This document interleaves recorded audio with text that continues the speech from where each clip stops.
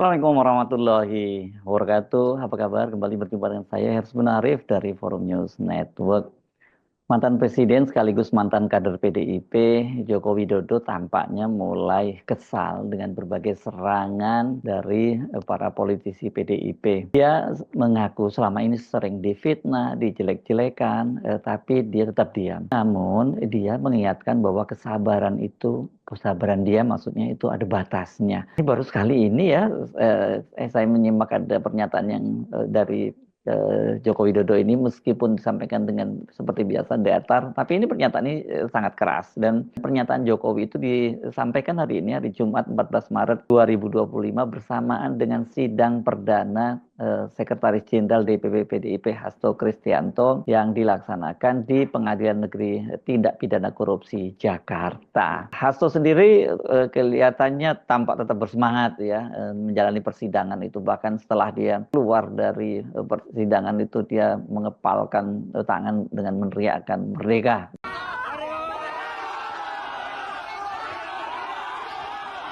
Kalau kita menyimak narasi dari para kader PDIP, jelas Hasto ini kenapa kemudian sampai menjadi pesakitan dan sekarang jadi terdakwa di Pengadilan Negeri Tipikor ya, katanya kaitannya ini karena balas dendam dari Jokowi, karena Jokowi itu tidak terima dia dipecat sebagai kader PDIP, karena bukan hanya Jokowi yang dipecat, anaknya yakni Gibran Rakabuming yang sekarang menjadi wakil presiden, dan juga menantunya Bobi Nasution yang sekarang menjadi gubernur Sumatera Utara. Jadi anak beranak dan menantu semua dipecat dari PDIP. Hasto itu menjadi terdakwa di Pengadilan Negeri Tipikor Jakarta itu dalam kalau kita menyimak instruksi hukum yang disampaikan oleh KPK itu ada dalam dua perkara. Pertama, dia bersama dengan kader PDIP Harun Masiku itu memberi suap sebesar 600 juta rupiah kepada Komisioner KPU Wahyu Setiawan, dan yang kedua ini Hasto itu melakukan obstruction of justice atau menghalang-halangi penegak hukum untuk melakukan penegakan hukum, yang ini yang dilakukan oleh KPK sehingga membuat Harun Masiku itu kabur dan buron sampai hari ini. Sudah 5 tahun ini Harun Masiku buron. Nah, ketika wartawan bertanya pada Jokowi hari ini, hari Jumat ini ya tanggal 14 Maret 2025, Jokowi itu membantah dengan tegas bahwa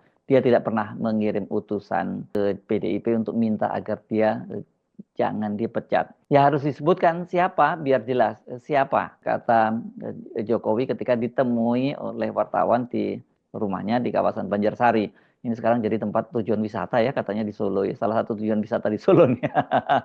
Karena sebelumnya itu kan memang dia disebutkan seperti itu. Dia pernah minta mengirim utusan agar dia jangan dipecat. Jokowi mengaku dia tidak memiliki kepentingan untuk menyuruh utusan datang ke PDIP dan meminta agar dia tidak dipecat. Kepentingannya apa saya mengutus untuk itu? Kepentingannya apa? Coba logikanya, kata dia. Saya udah diem loh ya, difitnah saya diem, dicela saya diem, dijelekan saya diem, dimaki-maki saya diem.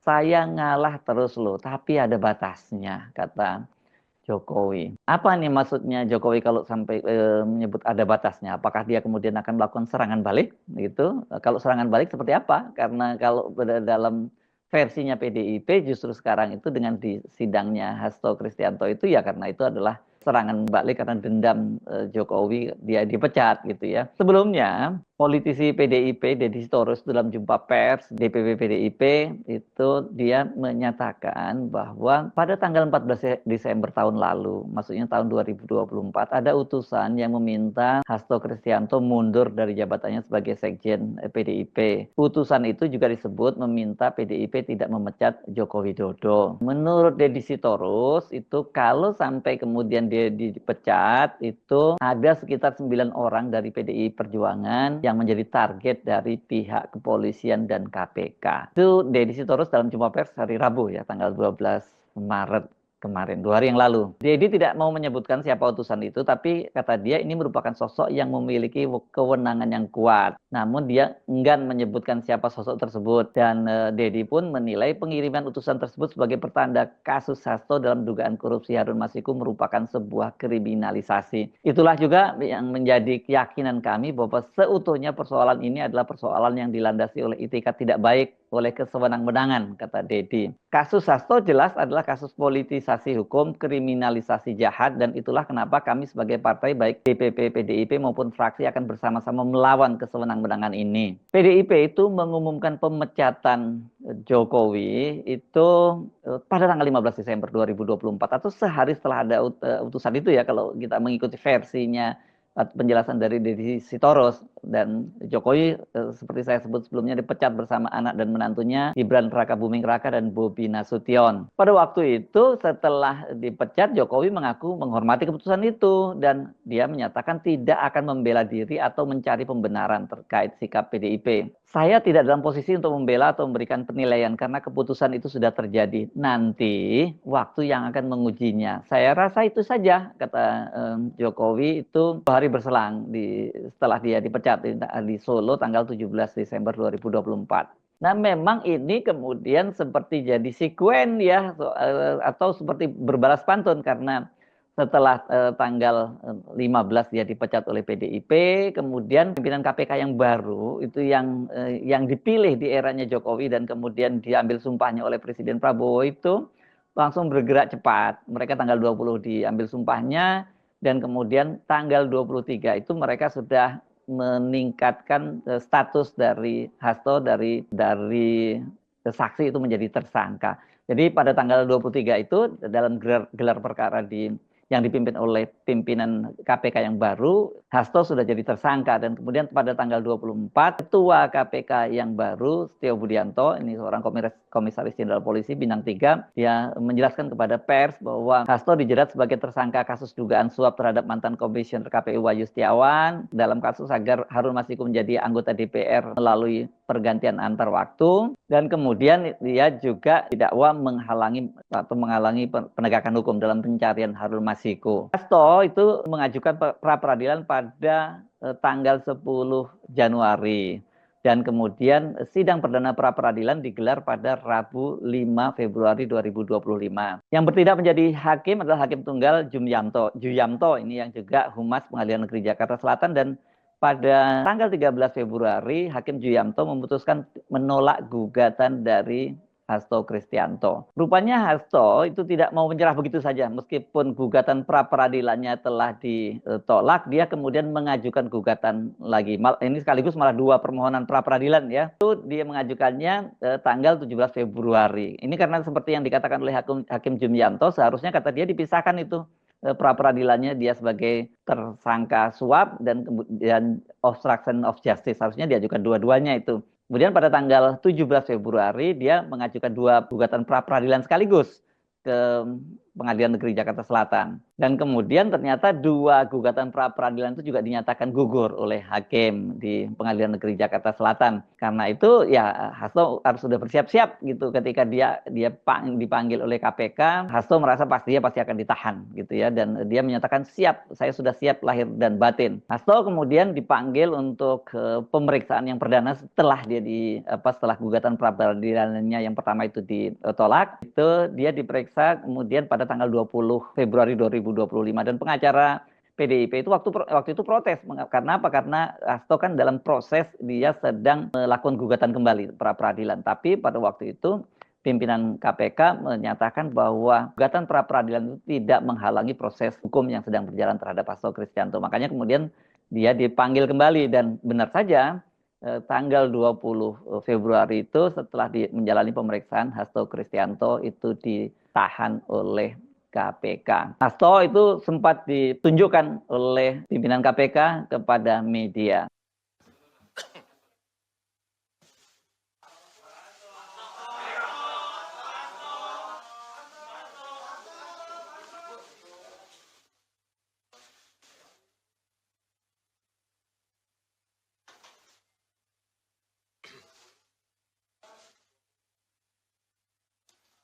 Sudah cukup?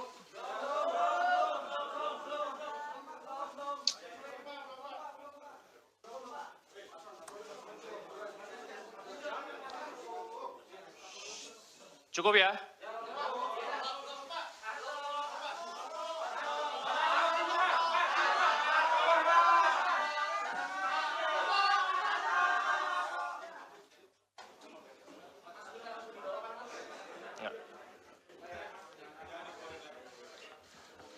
Mbak Tasya, pastikan standby di ruang ini. Setelah dipertunjukkan itu Hasto kemudian menjalani pemeriksaan kembali, dia juga langsung ditahan karena kemudian Hasto tampak keluar dari ruang pemeriksaan mengenakan rompi tahanan oranye. Tangannya Hasto pada waktu itu sudah dalam kondisi di borgol. Ini tentu saja kita tunggu lawanan apa yang akan dilakukan oleh PDIP karena bersamaan dengan sidang perdana dari Hasto ini kemudian Ibu Megawati Ketua Umum DPP PDIP itu kan mengumpulkan para petinggi PDIP di rumahnya di kawasan Menteng, ini di Jalan Teguh Umar, dan di situ dia memerintahkan kepada para petinggi PDIP untuk mengawal kasus dari Hasto ini. Jadi mereka turun all out dan mereka menganggap ini bukan kasus pidana tapi kasus politik karena menurut Deddy Sitorus misalnya selama ini ketika ada kasus-kasus korupsi Ibu Megawati tidak pernah membela kadernya. Tetapi dalam kasus Hasto ini ya karena dianggap dia bukan kasus pidana makanya dibela. Hasto sendiri kepada media menyatakan dia menganggap dirinya itu adalah tahanan politik, ya, kasus politik bukan kasus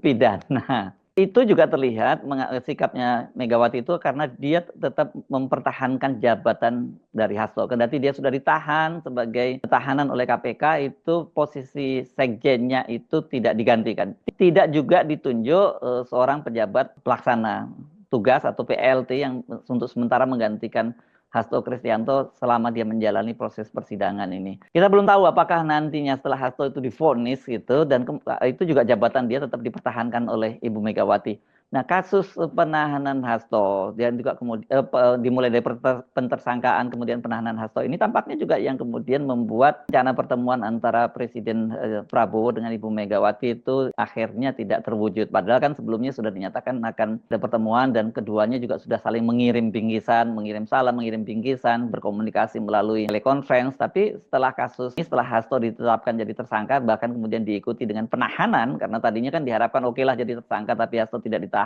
Ya ini Ibu Megawati kelihatannya merasa dia kurang dihargai begitu dan akhirnya dia dalam posisi melawan seperti yang sekarang terjadi. Nah, sekarang yang justru kita tunggu apa serangan balik dari Jokowi karena dia tadi menyatakan bahwa dia kalau toh diam itu kesabarannya ada batasnya. Mari kita tunggu saja. Saya Subhan Arif dari Forum News Network. Sampai jumpa lagi. Wassalamualaikum warahmatullahi wabarakatuh.